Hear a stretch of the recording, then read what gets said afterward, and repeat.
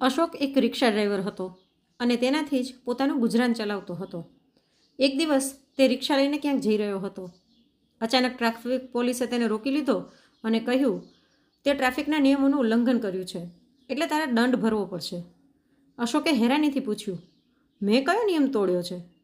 પોલીસવાળાએ જવાબ આપ્યો કે દંડ ભર, નહીંતર અમારી સાથે પોલીસ સ્ટેશન ચાલ.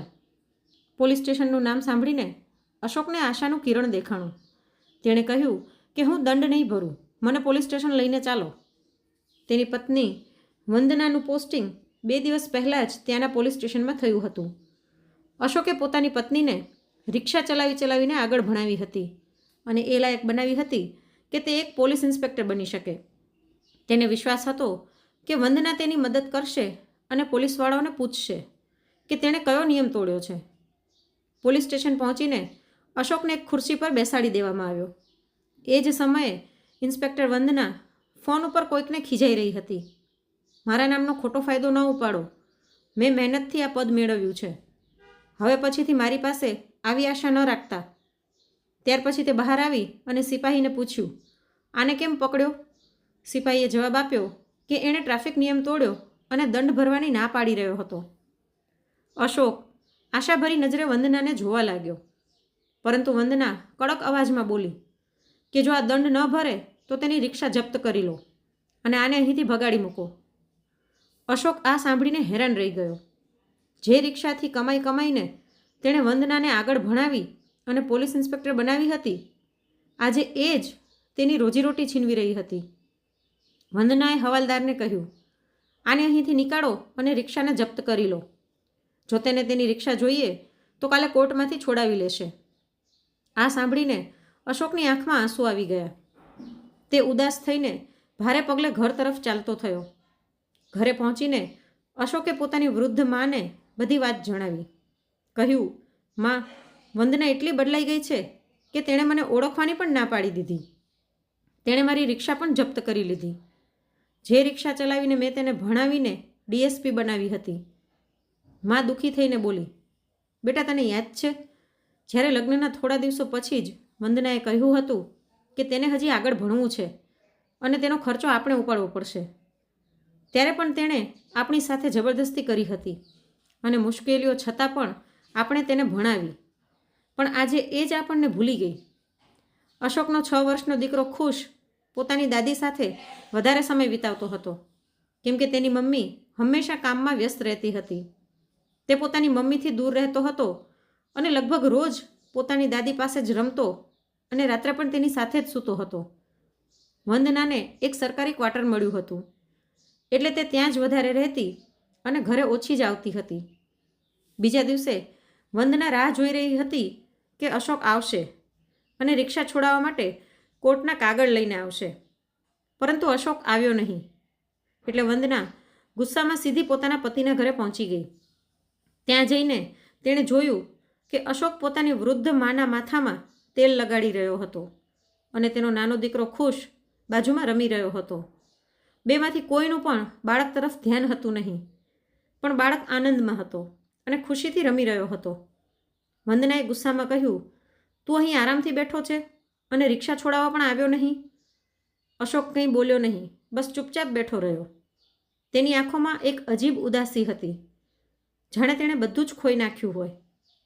વંદના પોતાના પતિ અને સાસુ ઉપર ગુસ્સો કરવા લાગી અને બોલી, તમને લોકોને એક બાળક સાચવતા પણ નથી આવડતું? શું આવી રીતે નાના છોકરાઓને સચવાય? જો આને કંઈક થઈ જાત તો કોણ જવાબદાર હોત? અશોકે વંદના તરફ જોયું અને શાંત સ્વરમાં કહ્યું, આ તો શું કહી રહી છે? છોકરા સાચવતા નથી આવડતું? આને જન્મથી લઈને અત્યાર સુધી મારી માએ જ સાચવ્યો છે. તેમને સારી રીતે ખબર છે કે નાના બાળકની દેખભાળ કઈ રીતે કરાય. તું આ વિશે કંઈ ન બોલે તો જ સારું થશે. અશોકની વાત સાંભળીને વંદના ગુસ્સાથી ભડકી ગઈ અને બોલી, તું રિક્ષા લેવા માટે કેમ આવ્યો નહીં? મેં બધી જ વ્યવસ્થા કરી રાખી હતી, છતાં પણ તું સમયસર પહોંચ્યો નહીં. અશોકે એક ઊંડો શ્વાસ લીધો અને શાંતિથી કહ્યું, જો તને આટલી જ ચિંતા હતી તો ગઈકાલે પોલીસ સ્ટેશનમાં જ કહી દેવું હતું કે મારી રિક્ષા જપ્ત કરવામાં ન આવે. તું તો મોટી અધિકારી છે, હકીકત જાણી શકતી હતી, પરંતુ કદાચ તને એવું લાગ્યું કે હું તારી આ પોઝિશનનો ફાયદો ઉપાડવા માગું છું, જ્યારે મેં કોઈ ભૂલ કરી જ નહોતી. વંદના ગુસ્સામાં રાડ પાડીને બોલવા લાગી, તમે અભણ લોકો શું જાણો કે ડ્યુટી કઈ રીતે કરવામાં આવે છે? તમે લોકો બાળકને પણ સારી રીતે સાચવી નથી શકતા. આટલું કહીને તેણે પોતાના દીકરાનો હાથ પકડ્યો અને તેને રૂમમાં લઈ ગઈ. ત્યાં તેણે પોતાના દીકરાનો બધો સામાન અને કપડાં પેક કર્યા અને ગુસ્સામાં બોલી, મારે તારા જેવા અભણ માણસ સાથે નથી રહેવું. હું ક્યાં સુધી તમારા લોકોની બકવાસ સાંભળતી રહીશ? અશોકે શાંત સ્વરમાં કહ્યું, જો તને એવું યોગ્ય લાગે છે તો એમ જ કર. પરંતુ તેમનો 6 વર્ષનો દીકરો ખુશ રડવા લાગ્યો અને દાદી સામે ઈશારો કરીને બોલ્યો, મારે મમ્મી સાથે નથી જવું, હું પપ્પા અને દાદીની સાથે જ રહીશ. નાના દીકરાની વાત સાંભળીને પણ વંદના રોકાઈ નહીં. તેણે દીકરાનો હાથ ખેંચ્યો અને જબરદસ્તી તેને સરકારી ક્વાર્ટરમાં લઈ ગઈ. જ્યારે આ વાત વંદનાના માતા પિતાને ખબર પડી તો એ બંને વંદનાને ખૂબ જ ખીજાણા. પરંતુ વંદના પોતાની વર્દીના ઘમંડમાં હતી અને બોલી, મારે કોઈનાથી કંઈ લેવા દેવા નથી. તેની આ વાત સાંભળીને તેના માતા પિતા પણ ખૂબ જ દુઃખી થયા અને વંદના સાથે વાત કરવાનું બંધ કરી દીધું. વંદનાનો ભાઈ પણ તેને સમજાવવાની કોશિશ કરતો, પણ તે એને પણ ખરી ખોટી સંભળાવી દેતી. ધીરે ધીરે વંદના બધાથી દૂર થતી ગઈ. વંદનાએ પોતાના દીકરાની સાર સંભાળ માટે એક નોકરાણી રાખી લીધી હતી. એક દિવસ બપોરે તે નોકરાણી ખુશને પોતાની સાથે બજાર લઈને ગઈ. એ જ સમયે અશોકની મા સવિતાબેન પણ કંઈક ખરીદારી કરવા માટે ત્યાં આવ્યા હતા. ખુશે જેવા પોતાના દાદીને જોયા તો તે દોડીને તેમની પાસે જતો રહ્યો અને તેમને વળગી પડ્યો. તેની નાનકડી આંખોમાં આંસુ હતા. તેણે રડતા રડતા કહ્યું, દાદી, મારે તમારી સાથે રહેવું છે. મારે મમ્મી પાસે નથી જવું. મમ્મી તો એક ગંદા અંકલની સાથે રહે છે અને તે બંને મને મારે પણ છે. આ સાંભળીને દાદી ગભરાઈ ગયા અને બોલ્યા, બેટા, આ તું શું કહી રહ્યો છે? મમ્મી કયા ગંદા અંકલની સાથે રહે છે? ખુશે જવાબ આપ્યો, મમ્મીના ઘરે રોજ એક ગંદા અંકલ આવે છે. ક્યારેક ક્યારેક રજાના દિવસે આખો દિવસ ત્યાં જ રહે છે અને રોજ સાંજે તો જરૂર આવે છે. જો હું સૂઈ ના જાઉં તો મમ્મી અને તે અંકલ મને મારે છે. એટલા માટે હવે હું સૂવાનું નાટક કરવા લાગ્યો છું. જ્યારે તે બંને જણા સાથે હોય છે તો કલાકો સુધી વાતો કરે છે અને જોર જોરથી હસતા પણ રહે છે. મને આ બધું જોઈને જરાય ગમતું નથી. દાદી, મારે હવે મમ્મી સાથે નથી રહેવું. એટલામાં નોકરાણી ખુશને શોધતી શોધતી ત્યાં આવી ગઈ. તેણે જોયું કે ખુશ પોતાની દાદી સાથે હતો. તે જલ્દીથી ખુશનો હાથ પકડીને ખેંચવા લાગી, પણ ખુશ રડતા રડતા બોલ્યો, મારે મમ્મી પાસે નથી જવું. મારે પપ્પા અને દાદી સાથે રહેવું છે. દાદીએ નોકરાણીને કહ્યું, કંઈ વાંધો નહીં, તું આરામથી પોતાનો સામાન ખરીદી લે. ત્યાં સુધી હું ખુશ સાથે બેઠી છું. દાદીનું મન હતું કે તે ખુશને પોતાની સાથે લઈ જાય, પરંતુ તે લાચાર અને મજબૂર હતા. નોકરાણીએ સાફ કહ્યું, મારા માલકીને મને સ્પષ્ટ કહ્યું છે કે ખુશ તમારી પાસે ન જવો જોઈએ. એટલે દાદી ખુશને સમજાવવા લાગ્યા, બેટા, હમણાં તારે મમ્મી પાસે જ રહેવું પડશે, પણ હું અને પપ્પા જલ્દી જ આવશું અને તને અમારી સાથે લઈ જઈશું. આટલું કહીને તે ખુશને ફોસલાવીને નોકરાણીની સાથે મોકલી દે છે અને પોતે ઘરે આવતા રહે છે. દાદીના દિમાગમાં વારંવાર એ જ વાતો ફરી રહી હતી જે ખુશે તેમને જણાવી હતી. તેમનું મન બેચેન હતું કે તેમના દીકરાની પત્ની કંઈક ખોટું કામ કરી રહી છે. તેઓ આ વાત અશોકને જણાવવા નહોતા માગતા, પરંતુ આખરે મજબૂરીમાં તેમને બધું જ જણાવવું પડ્યું.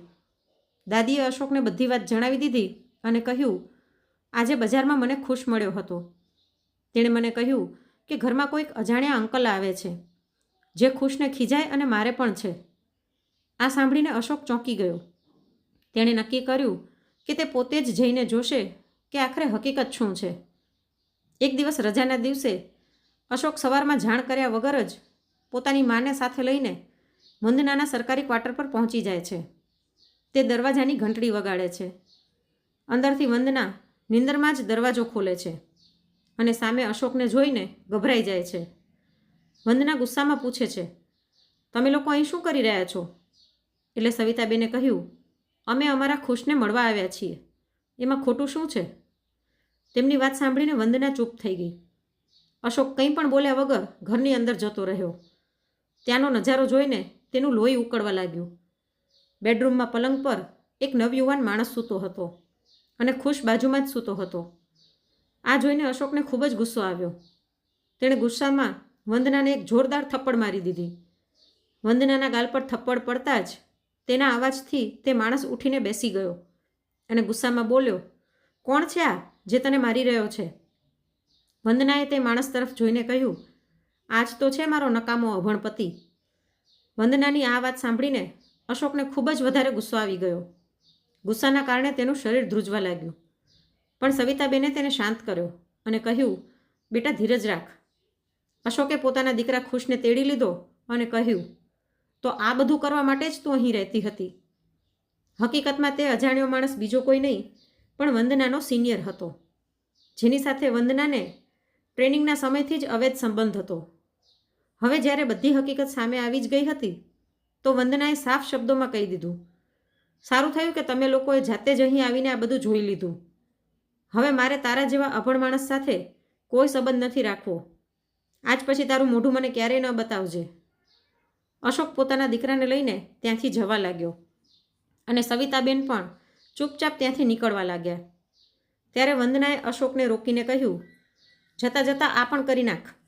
મેં પહેલાંથી જ છૂટાછેડાના કાગળ તૈયાર કરાવીને રાખ્યા છે. આના ઉપર સાઇન કરીને જા. અશોકે કંઈ પણ કહ્યા વગર છૂટાછેડાના પેપર ઉપર સાઇન કરી દીધી અને દીકરાને લઈને ત્યાંથી જતો રહ્યો. હવે અશોક પોતાના ઘરના એક રૂમમાં બેઠો હતો. સવિતાબેન પણ બાજુમાં જ બેઠા હતા અને વિચારી રહ્યા હતા કે દીકરાના જીવનને ફરીવાર કઈ રીતે પાટા પર લાવવામાં આવે. ત્યારે સવિતાબેને પોતાની એક જૂની સુટકેસ ખોલી અને તેમાં કંઈક શોધવા લાગ્યા. અચાનક તેમને એક કાગળ મળ્યો. આ તેમની જમીનના કાગળ હતા. સવિતાબેને અશોકને તે કાગળ આપતા કહ્યું, બેટા જો આ શું છે? અશોકે ધ્યાનથી કાગળ વાંચ્યા તો ખબર પડી કે એ જમીન લગભગ કરોડની હતી. ત્યાર પછી અશોકે તે જમીન વેચી નાખી અને તેને કરોડ રૂપિયા મળી ગયા. હવે તેમની પાસે રૂપિયા આવી ગયા હતા એટલે તેમણે એક સરસ ઘર બનાવડાવ્યું. અશોક ભણવામાં ખૂબ જ સારો હતો, પણ ઘરની જવાબદારી અને પોતાની પત્નીને ભણાવવા માટે તેણે પોતે ભણવાનું મૂકીને ધંધો ચાલુ કરી દીધો હતો. પણ હવે તેણે નક્કી કર્યું કે તે પોતાનું આગળનું ભણવાનું પૂરું કરશે અને સારા પરિણામ પ્રાપ્ત કરશે. ત્યાર પછી અશોકે ભણવાનું ચાલુ કરી નાખ્યું અને પોતાના ભવિષ્યને નવી દિશા આપવાનું નક્કી કરી લીધું. સવિતાબેન પણ ઘરમાં અથાણાં અને પાપડ બનાવવાનો નાનકડો ગૃહ ઉદ્યોગ ચાલુ કરી દે છે. વંદનાની જે નોકરાણી હતી તે પણ સવિતાબેનની મદદ કરવા માટે આવી જાય છે. ધીરે ધીરે બધા મળીને મહેનત કરે છે અને તેમનો આ ગૃહ ઉદ્યોગ સારો ચાલવા લાગે છે. તેમની પાસે હજી વધારે રૂપિયા આવવા લાગે છે અને હવે અશોકને રૂપિયાની કોઈ કમી નથી રહેતી, એટલે તે પોતાના ભણતર પર ધ્યાન આપે છે. થોડા સમય પછી, લગભગ 2 વર્ષ પછી, અશોકનું એસપીના પદ ઉપર ચયન થઈ જાય છે. એસપી બન્યા પછી અશોકનું નામ મીડિયામાં છવાઈ જાય છે. લોકો તેને રિક્ષાવાળા એસપી સાહેબ કહીને બોલાવવા લાગ્યા.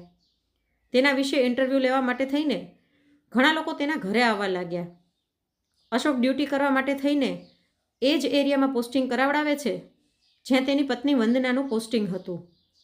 પરંતુ વંદના પોતાના સિનિયર અધિકારી સાથે અવૈધ સંબંધમાં હતી. એ અધિકારીએ વંદનાનો એક વિડીયો બનાવી લીધો હતો જેમાં તે લાંચ લઈ રહી હતી. તે વારંવાર વંદનાને તે વિડીયો દેખાડીને ધમકાવતો અને તેને હેરાન કરતો. વંદનાને હવે પોતાની ભૂલ સમજાઈ ગઈ હતી, પરંતુ તે કંઈ કરી નહોતી શકતી કેમ કે તેણે અશોક સાથે છૂટાછેડા લઈ લીધા હતા. સમય વીતવાની સાથે વંદનાની હાલત હજી વધારે ખરાબ થઈ જાય છે. તે જાણતી હતી કે તેનો પ્રેમી પહેલાંથી જ વિવાહિત હતો અને તેને 2 બાળકો પણ હતા. એક દિવસ તેણે તે વ્યક્તિને આ સવાલ કર્યો તો તેણે વંદનાને ધમકી આપી, જો તું મને કંઈ પણ કહીશ તો હું તારો વિડીયો બધાને દેખાડી દઈશ અને તારી નોકરી પણ જતી રહેશે. આ ડરથી વંદના ચૂપચાપ પોતાની જિંદગી જીવવા લાગી. તેણે ખાવા પીવાનું મૂકી દીધું, સારા કપડાં પહેરવાનું પણ બંધ કરી દીધું અને તે માણસે તેને ફોન રાખવાની પણ ના પાડી દીધી હતી. એક દિવસ જ્યારે એસપી સાહેબના સ્વાગત માટે પાર્ટી રાખવામાં આવી, તે પાર્ટીમાં વંદનાને પણ હાજર રહેવાનું હતું. એ જ્યારે પાર્ટીમાં હાજર થઈ તો તેને સ્ટેજ ઉપર બોલાવવામાં આવી અને 2 શબ્દ બોલવા માટે કહેવામાં આવ્યું. જેવી જ તે સ્ટેજ ઉપર ચડી તેને ચક્કર આવી ગયા અને તે બેભાન થઈને પડી ગઈ. વંદનાને હોસ્પિટલ લઈ જવામાં આવી. અશોક, જે હવે એસપી હતો, તેણે જોયું કે એ વંદના, જે પહેલાં ખૂબ જ ઘમંડમાં રહેતી હતી, તે અત્યારે કમજોર થઈ ગઈ હતી. તે હવે સરખી રીતે ખાઈ પણ નહોતી શકતી. હોસ્પિટલમાં ડૉક્ટરે કહ્યું કે વંદનાની હાલત કમજોરીના કારણે ખરાબ થઈ છે. અશોકને આ સાંભળીને ખૂબ જ હેરાની થઈ. તે વિચારવા લાગ્યો કે એક ઇન્સ્પેક્ટરને આવી કમજોરી કઈ રીતે થઈ શકે. થોડા દિવસો પછી વંદના વિચારવા લાગી કે તે અશોકને મળશે અને બધી જ હકીકત જણાવી દેશે. ત્યારે એક દિવસ જ્યારે વંદના માર્કેટમાં જઈ રહી હતી, તેને તેના સાસુ મળી ગયા. તે અચાનક તેની સાસુના સામે આવીને ઊભી રહી ગઈ અને કહ્યું, માજી, તમે કેમ છો? સવિતાબેને ચશ્મા નહોતા પહેર્યા એટલે તેને ઓળખી ના શક્યા. તેમણે કહ્યું, તું કોણ છે અને મને માજી કેમ કહી રહી છે? ત્યારે વંદનાએ કહ્યું, હું વંદના છું, તમે મને ઓળખી નથી શકતા? વંદનાના સાસુ તેનો ચહેરો ઓળખી ન શક્યા, કેમ કે તેની હાલત પહેલાં કરતાં ઘણી બદલાઈ ગઈ હતી. સાસુએ કહ્યું, તે મારા દીકરાને ઠોકર મારી દીધી. મારે તારી કોઈ જરૂરત નથી. હવે અશોકની મમ્મીનો ગૃહ ઉદ્યોગ ખૂબ જ સારો ચાલી રહ્યો હતો અને તેઓ બજારમાં સામાન ખરીદવા માટે આવ્યા હતા. તેઓ વંદનાને ઓળખીને પણ નકારી દે છે અને કહે છે કે મારે તારી સાથે કોઈ વાત નથી કરવી. વંદના કરગરીને કહે છે, મને માફ કરી દો, મારાથી ખૂબ જ મોટી ભૂલ થઈ ગઈ હતી. તમે અશોકને કહો કે મને માફ કરી દે અને મને અપનાવી લે. ત્યાર પછી સવિતાબેન કહે છે, બેટા, તે જે કર્યું છે એનું ફળ તો તારે ભોગવવું જ પડશે. એવું કહીને તેઓ વંદનાથી દૂર જઈને પોતાના કામે લાગી જાય છે. થોડા દિવસો પછી વંદના ખૂબ જ દુઃખી થઈ જાય છે. તે દિવસે તે એ માણસ પાસે જાય છે જેનાથી તે ફસાયેલી હતી અને કહે છે, ભલે તું આ વિડીયોને વાયરલ કરી નાખ કે મને મારી નાખ, પણ હવે હું તારી પાસે નહીં રહી શકું. એટલું કહીને તે ત્યાંથી ભાગીને અશોકના ઘરે આવી જાય છે અને દરવાજો ખખડાવે છે. જ્યારે અશોક દરવાજો ખોલે છે તો તે જુએ છે કે વંદના ખૂબ જ ખરાબ હાલતમાં ઊભી છે. તે પૂછે છે, કોણ છો? શું જોઈએ? વંદના કહે છે, અશોક, હું તારી પત્ની છું અને આ મારો દીકરો છે જે તારી પાસે છે. અશોક કહે છે કે મેં પહેલાં જ તને છૂટાછેડા આપી દીધા છે અને હા, ખુશ હવે મારી પાસે જ રહેશે અને હવે મારે તારાથી કોઈ મતલબ નથી. જો આજ પછી તું અહીં આવીશ તો હું તારી સાથે ખરાબ વર્તન કરીશ. આટલું કહીને અશોક દરવાજો બંધ કરી નાખે છે. વંદનાની આંખોમાંથી આંસુ વહી રહ્યા હતા અને તે જોર જોરથી રડવા લાગી. સવિતાબેન આ બધું સાંભળી રહ્યા હતા, પણ તેઓ કંઈ બોલ્યા નહીં, કેમ કે તેમને આ બધું પહેલાંથી જ ખબર હતી કે વંદનાએ અશોક સાથે ખૂબ જ ખોટું કર્યું હતું. વંદના ત્યાંથી બહાર જવા લાગે છે ત્યારે એને ખબર પડે છે કે તે માણસે જે વિડીયો બનાવ્યો હતો તે વાયરલ થઈ ગયો છે. એ કારણથી તેની નોકરી પણ જતી રહી. હવે તે ખૂબ જ પરેશાન થઈ જાય છે અને પોતાના ભાઈને ફોન કરે છે, પણ તેનો ભાઈ પણ તેનાથી નફરત કરે છે, કેમ કે વંદનાના કારણે જ તેના માતા પિતાનું પણ નિધન થઈ ગયું હતું અને તેનો ભાઈ એ નિર્ણય લઈ ચૂક્યો હતો કે તે હવે વંદના સાથે કોઈ સંબંધ નહીં રાખે. હવે તેનો ભાઈ પણ તેની મદદ નથી કરતો. એ માણસ જેની સાથે વંદનાને અનૈતિક સંબંધ હતા, તે વંદનાની સાથે જ્યાં સુધી ઈચ્છા હતી ત્યાં સુધી ખેલ ખેલતો રહ્યો અને પછી વિડીયોને વાયરલ પણ કરી નાખ્યો હતો. હવે વંદનાની નોકરી પણ જતી રહી હતી. હવે તે પાગલની જેમ જ્યાં ત્યાં ભટકવા લાગી.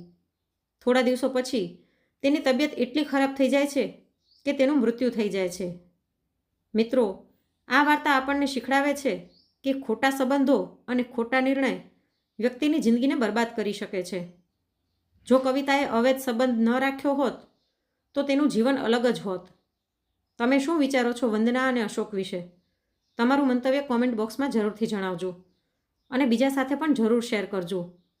આ વાર્તાઓનો ઉદ્દેશ્ય ફક્ત બધાને શીખ આપવાનો છે, જેથી આપણે આપણા જીવનમાં સાચો નિર્ણય લઈ શકીએ. તો મિત્રો, આજની વાર્તા કેવી લાગી અને તમે કયા શહેરમાંથી જોઈ રહ્યા છો તે કોમેન્ટ કરીને જરૂરથી જણાવજો અને આવી જ અવનવી વાર્તા સાંભળવા માટે ચેનલને સબસ્ક્રાઈબ જરૂરથી કરજો.